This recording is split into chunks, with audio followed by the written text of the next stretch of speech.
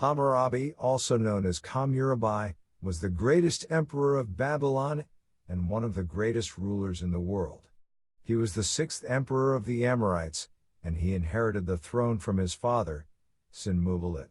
He was born in the city of Babylon in 1810 BC, now present-day Iraq. His contributions to the development of Babylon were outstanding.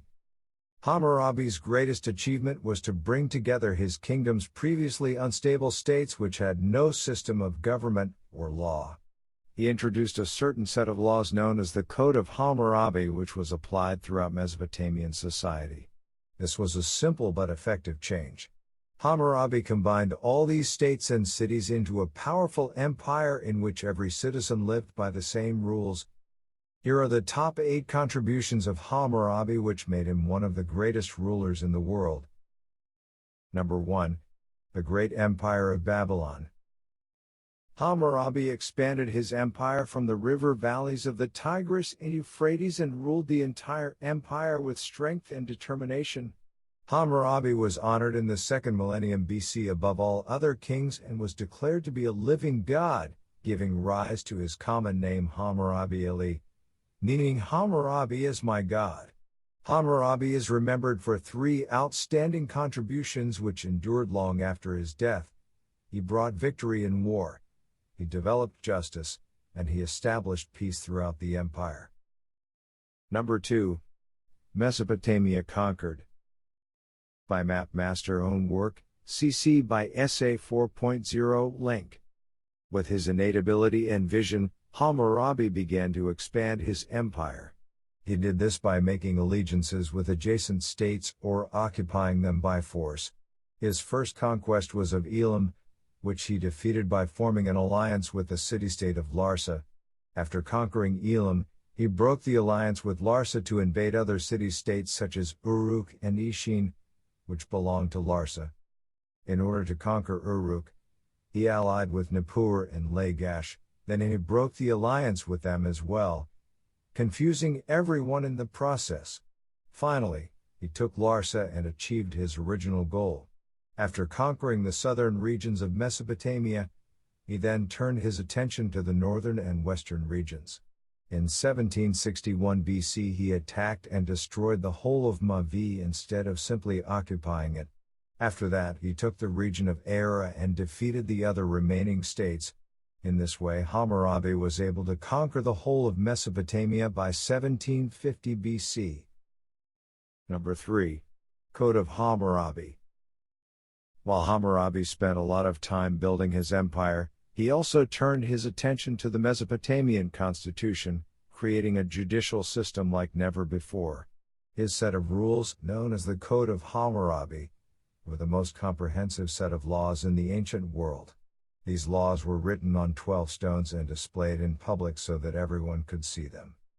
The code contained 282 rules, written in the format, if, then. These principles were classified into domestic, social and commercial laws, and included everything from property, marriage, and family relations to technical procedures, and crime and punishment. There were laws for the protection of women, children, slaves, and property, and provision was made for those affected by famine, flood, and drought. Hammurabi introduced the idea of crime and punishment. Punishments were not fixed, and they varied according to the severity of the crime.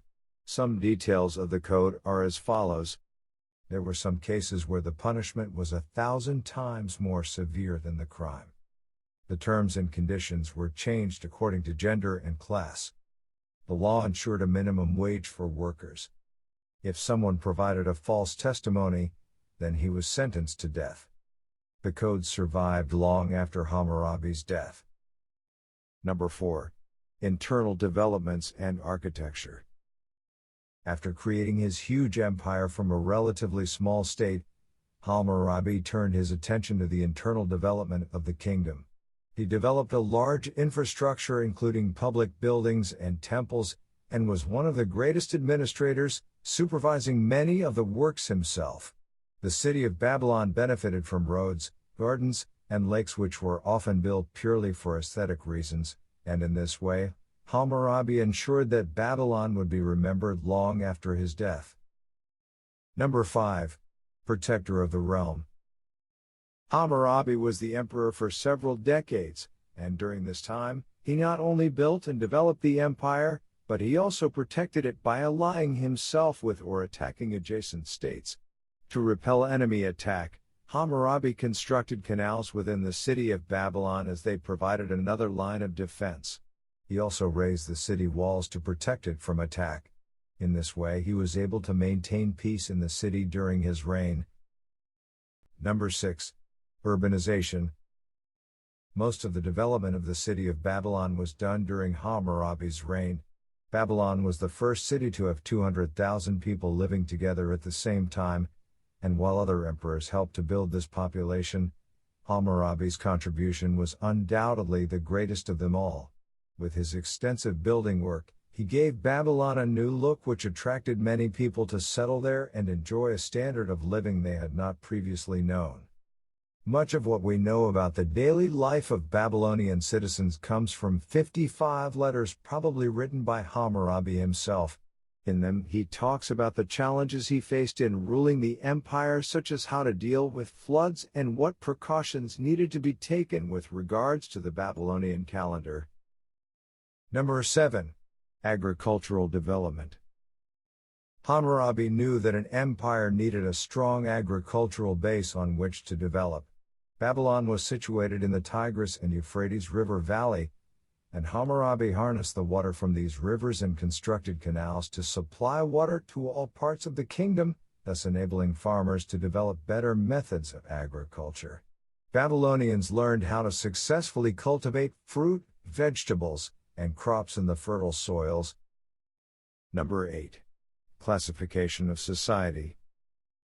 Hammurabi thought a proper division of society was important to establish peace within the empire. With this in mind, he divided Babylonian society into 3 parts. Patricians, who were free men and women. Plebeians, who were common people in the city. Slaves, who were the lowest class of people. There were different laws for these different classes. As the patricians were the highest class, they were always protected by the law and enjoyed greater power and freedom, whereas the slaves only received compensation in relation to money matters.